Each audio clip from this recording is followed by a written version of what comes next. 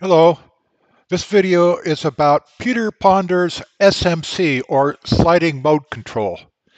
And what this video is about is the very basics of sliding mode control and using it as a option instead of a PID or PI controller. And the reason why is because it's very robust and the tuning of it is very, very simple. And the philosophy is also very different. On PI or PID control, what you're trying to do is place poles and zeros.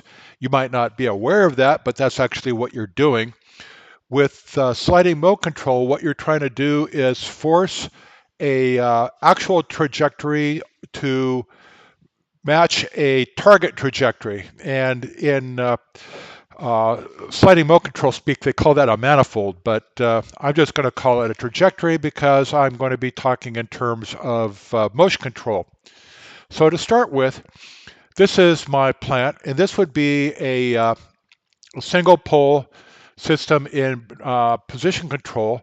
And this part is the velocity part. This is the gain, and I'm using, in this case, I use gain in MKS units. So this is 1 meter uh, per second at 1% output. Alpha is my corner frequency, and this S integrates velocity into position. So this is my single pole position system. If I would take this S out, then it would be a velocity control system. This is my gain. I'm assuming I go 1 meter per second at 1%, so or full output. So I'm using simple units here. This is my corner frequency or bandwidth. So there's a one pole at minus alpha. Now, this would be very, very easy if I used a perfect simulation. And what I want to do is vary the parameters so that what I have to do is have a set of parameters for the sliding mode controller that has to adapt for changing gain and changing bandwidth. And that's what I'm doing here. I'm using a random number generator, and I've got a standard deviation of 10% of whatever the value happens to be. So if I do a control F9, every time I do a control F9, it recalculates new values. So then what happens is that, but I'm not changing the parameters for the sliding mode controller yet. Okay, this part is pretty basic in how I normally do things. I have my state space in continuous mode, and this is my A continuous Laplace and my B. So this is just a simple single pole system that integrates that. This extra column here allows for the integrator to integrate velocity into position. I got my time update. I is my identity matrix, and what I'm doing here is I'm converting the continuous time into discrete time. So now to make it challenging and to prove its robustness, what I've done is I defined some nonlinear valves. And I actually have a video where I do a system identification on a nonlinear valve that's got a deadband of about 20% in here, which is what this use of X happens to be, 0.2 is 20%. Then it's linear. This is linear, but my real system is not linear, but I don't think it would make much difference. So what I want to do is I want to show that the sliding mode control would do an adequate job of controlling this system even though it is nonlinear, very nonlinear. So let's continue on here. My state happens to be a position velocity. I'm starting at 0, and my initial control output is 0. And then this is my response. Now this is kind of like having a corner frequency, but basically it's a inverse of a time constant.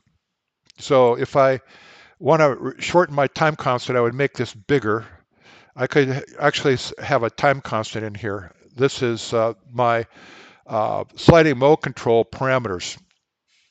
And I will explain a little bit more about that. And then one of the parameters happens to be this small delta. And what I'm doing is I'm calculating this S. Now this is the target position and velocity, and this is the actual target velocity. And I multiply it by these parameters, and you can see this is just a weighting between the position and the velocity error. And that calculates an S. And if it's greater than this delta, which happens to be 0.001, then I give full output, which is 1. If it's negative, then it's below the delta is a full negative output. And then otherwise it's kind of a linear ramp in between. And then I do the normal state space update with using my nonlinear function for the valve, and I return the control output. And I've got two functions here. I have this part where I have the this delta where I have a linear section in between, but between the outside of this delta region, I've got full output on or positive or negative. There's another version I'll show later that uses a hyperbolic tangent. It's using a sigmoid function, but they both give pretty much the same results. So going down, I'm going to simulate 6 seconds worth of motion. And normally you do not do what I'm doing here in motion controllers. You do not make step changes in the position and expect to get there in a decent way. But with sliding mode control, you can do that. So let me just move this on down and get this update. Oops, too far. Here we go. So this is what you're looking at.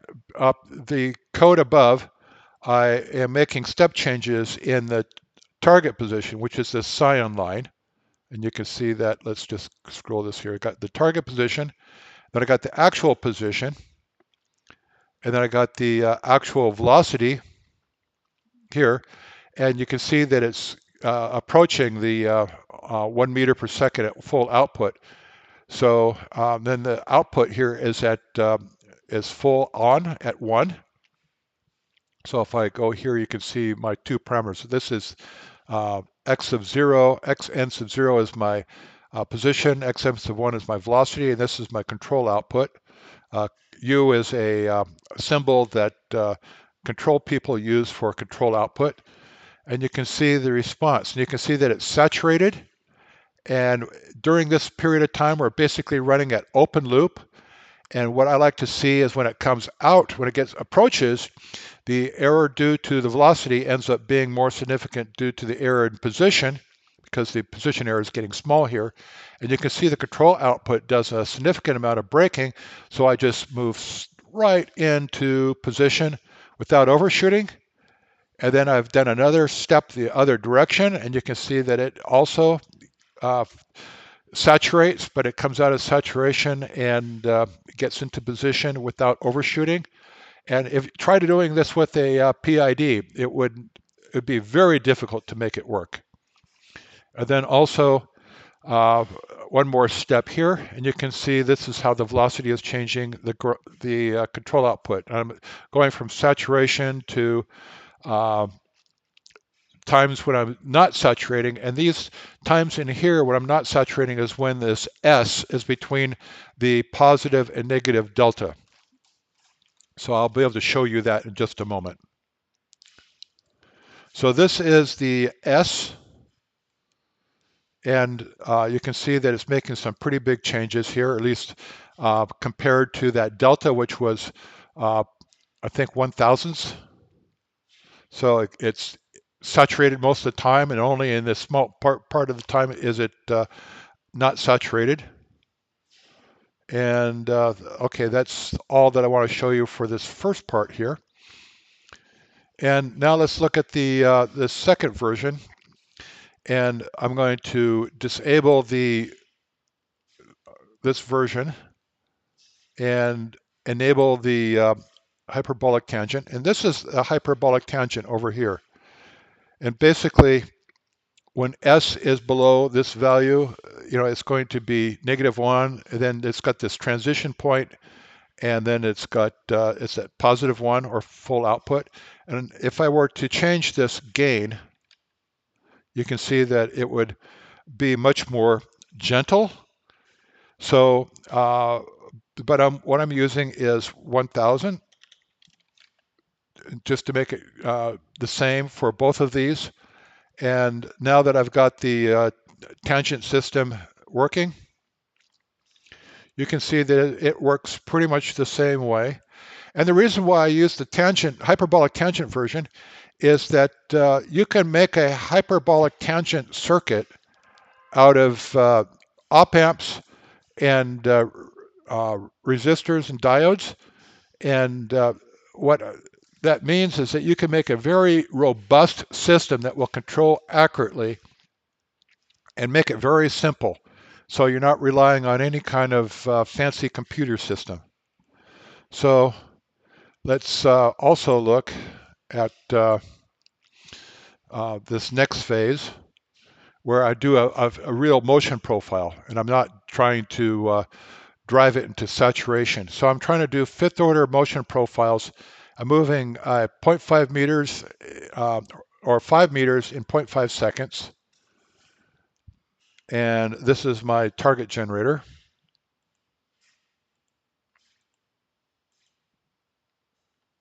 Oh, wait a minute here. I'm moving 1 meter in 0.5 seconds. 0.4 seconds. Okay, I must be changing the parameters in here. Now, again, we got a very nonlinear valve. So you can see what happens is that it very rapidly increases the control output. But you can see the target and the actual positions. So see, let's move it on up so I can get the red. You can see the actual position is right on top of the target position, was what you want. This is the control output. This is the velocity. And this is the root mean squared error right here. And that's less than 0.4 millimeters of error during the whole motion profile.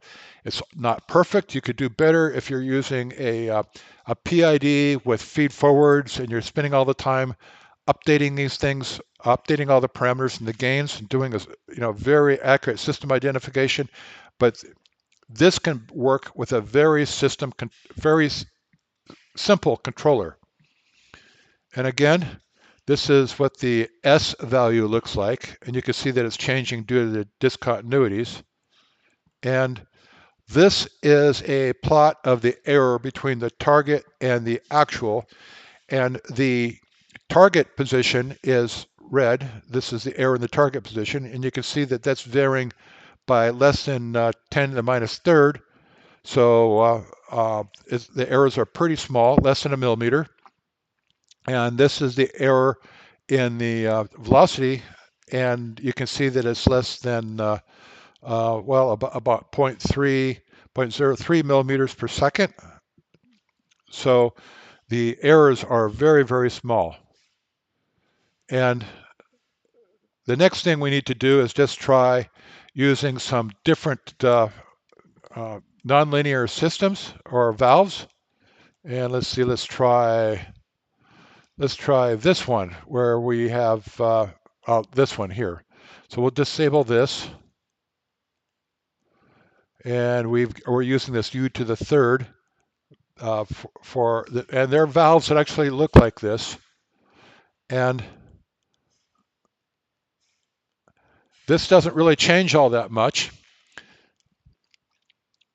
Going on down to the other one here, you can see that this changes 0.6 millimeters per root mean squared. But now, every time I hit the control output, you see this K the gain should be 1 meter per second at 1 meter, and this should be 2 pi or about 6.28. And let me just hit the simulator button here a few times so you can see how this changes as a function of the plant changing, and you can see that it's not really changing the root mean square or the error or the velocity profile much at all.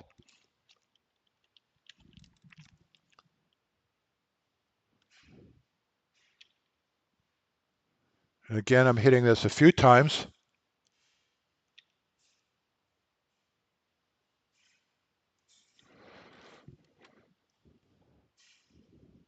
So let's go back to the beginning. What's important is that sliding mode control is very robust. What you need to do is figure out what this uh, switching window happens to be, and it actually provides a gain. And again, here there's like a band in between where it's linear, and you can make this very, very, very small. And if I do that, well, let's try that. Let's disable this one and turn this on and make this very, very small. And what you will see is that the output will be switching all the time. Oops, not quite. Let's one more time. Make it smaller yet.